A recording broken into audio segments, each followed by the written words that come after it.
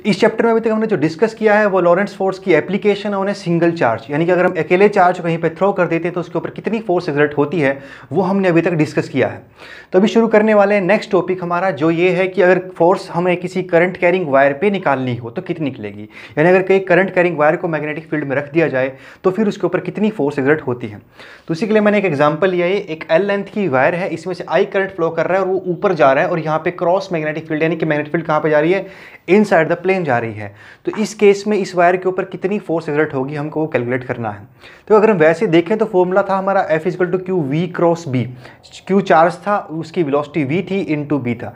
तो यहाँ पे देखा जाए तो ऐसे में सामने से तो कोई चार्ज दिखता चलता हुआ नजर नहीं आ रहा है, क्योंकि कोई चार्ज इसमें लग नहीं रहा है कि कोई चल रहा होगा, सिंपल लग रहा है कि भी कोई करंट जा रहा है। लेकिन ध्यान सोचा जाए तो करंट भी तो एक चार्ज कैरियर्स का फ्लो ही होता है। तो असल में यहाँ पे लाखों चार्ज कैरियर्स हैं जो हमको दिखाई नहीं दे रहे, क्योंकि वो इलेक्ट्रॉन्स के रूप में छोटे छोटे चार्ज कैरियर्स हैं जिसके अंदर चल के जा रहे हैं, जिनके ऊपर इंडिविजुअली फोर्स लगेगी और हमारे पास एक ओवरऑल फोर्स आएगी उन सब का वेक्टर एडिशन। तो हमको वो फोर्स कैलकुलेट करनी है।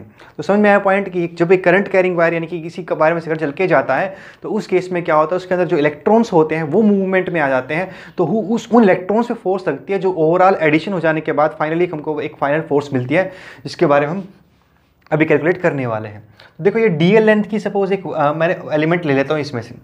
तो अगर मैं उस डीएल एलिमेंट पे एक सबसे चलते एक सिंपल इलेक्ट्रॉन मैंने यहाँ पे सेलेक्ट किया है, अगर उस इलेक्ट्रॉन में फोर्स निकालना चाहूँगा तो मेरा फॉर्मूला आएगा F E is equal to E V cross B आना चाहिए था। बी क्रॉस की जगह मैंने साइन थीटा खोल दिया कि 90 डिग्री है, ये ऊपर जा रहा है और वो 90 डिग्री बन गया, तो वो चला गया।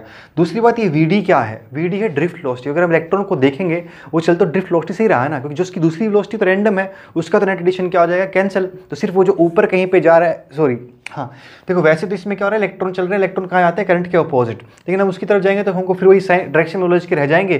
तो वैसा उलझने के बजाय हम इसको ले इस तरीके से रहे हैं कि दरअसल इसमें प्रोटॉन चल रहे हैं, पॉजिटिव चार्ज चल रहा है और कहाँ जा रहा है वो ऊपर, क्योंकि वो ठीक वैसे इस इलेक्ट्रॉन को नीचे लेना है।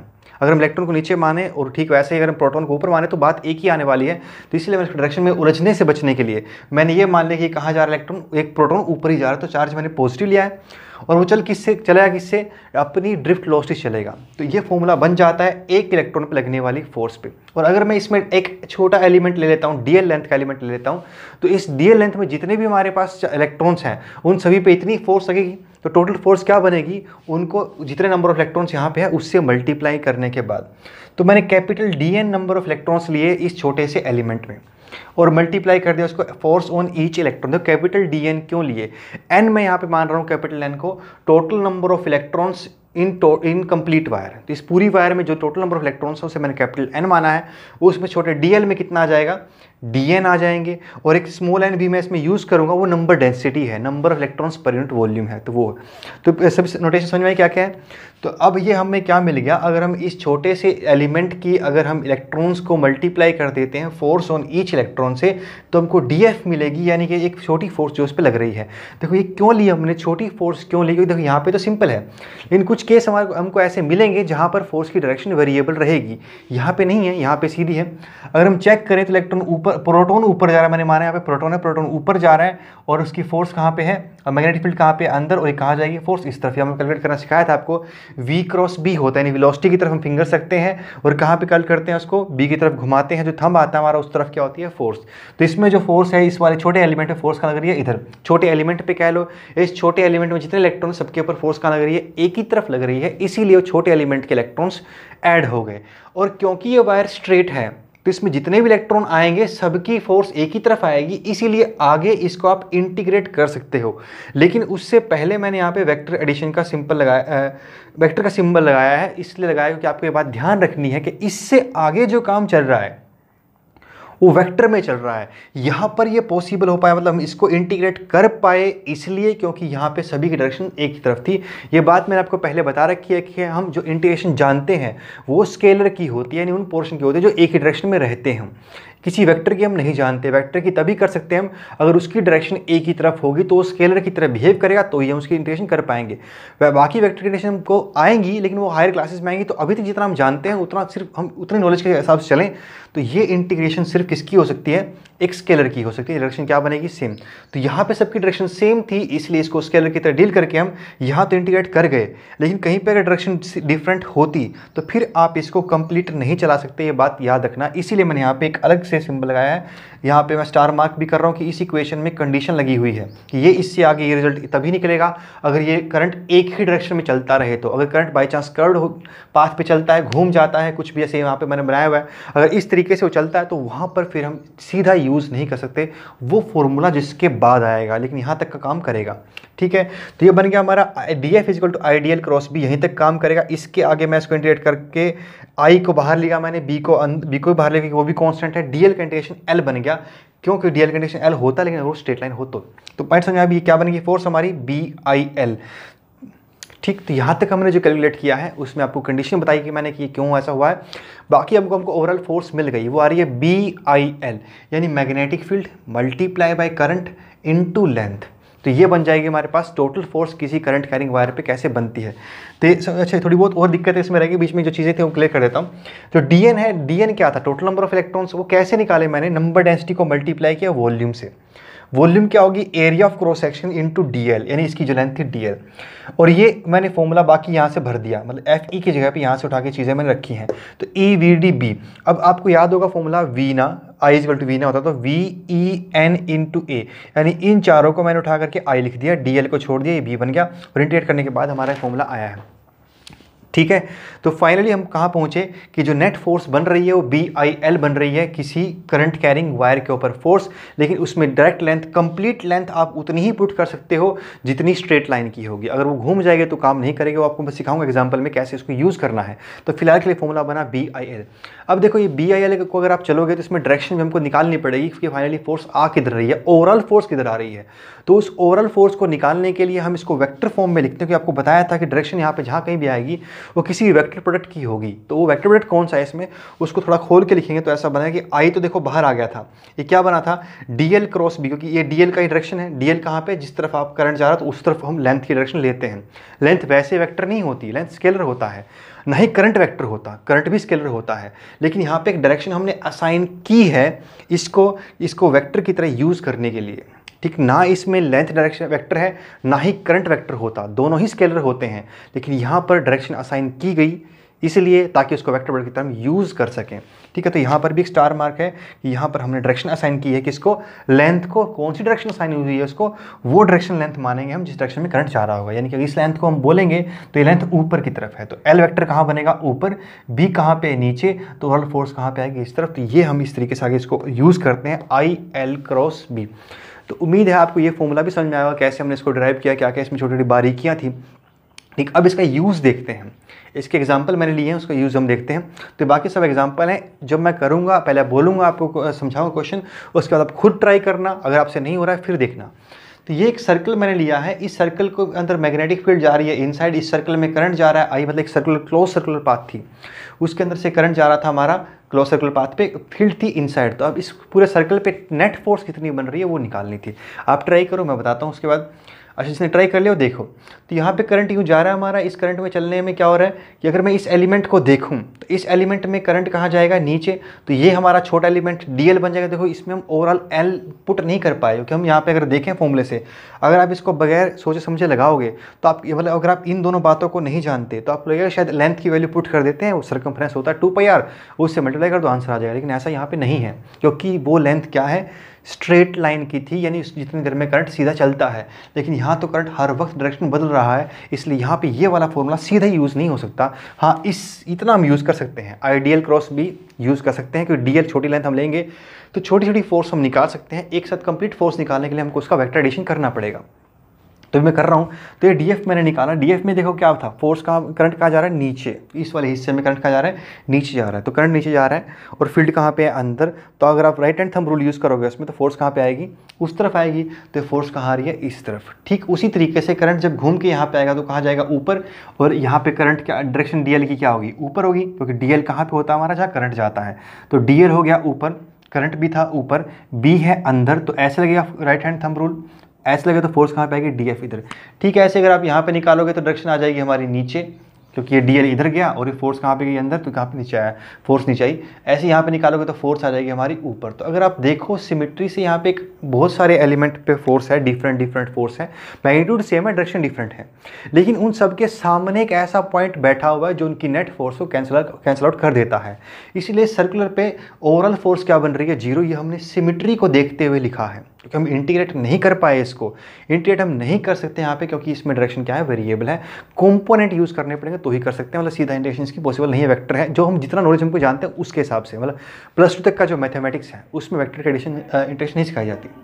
तो ये बना हमारा DF = 0 इस पोर्शन पे। तो मैंने एक और इसका एग्जाम्पल लिया है, मान लो रेक्टेंगल है, इसकी L लेंथ है और B इसका विड्थ है, तो L B ऐसे है। यहाँ भी फील्ड अंदर जा रही है और फोर्स थी इसमें करंट इसमें I है, इस पे नेट फोर्स अगर हम निकालें तो यहाँ एक फोर्स बनेगी। अगर आप इस वाले हिस्से फोर्स निकालो तो यहाँ से यहाँ तक की लाइन स्ट्रेट है, यानी करंट डायरेक्शन सेम है, तो यहाँ से यहाँ तक ये फॉर्मूला कंप्लीट यूज़ हो सकता है। देखो पूरे पे एक साथ यूज़ नहीं हो सकता, मतलब आप इसमें ये नहीं यूज़ कर सकते कि लेंथ की जगह पे आप 2a + 2b पुट कर दो, वो तो देखो पॉसिबल नहीं है क्योंकि डायरेक्शन चेंज हुई है बीच में। हाँ, लेकिन अगर आप एक छोटा स्ट्रेट लाइन का पोर्शन उठाओ उसमें काम चल जाएगा।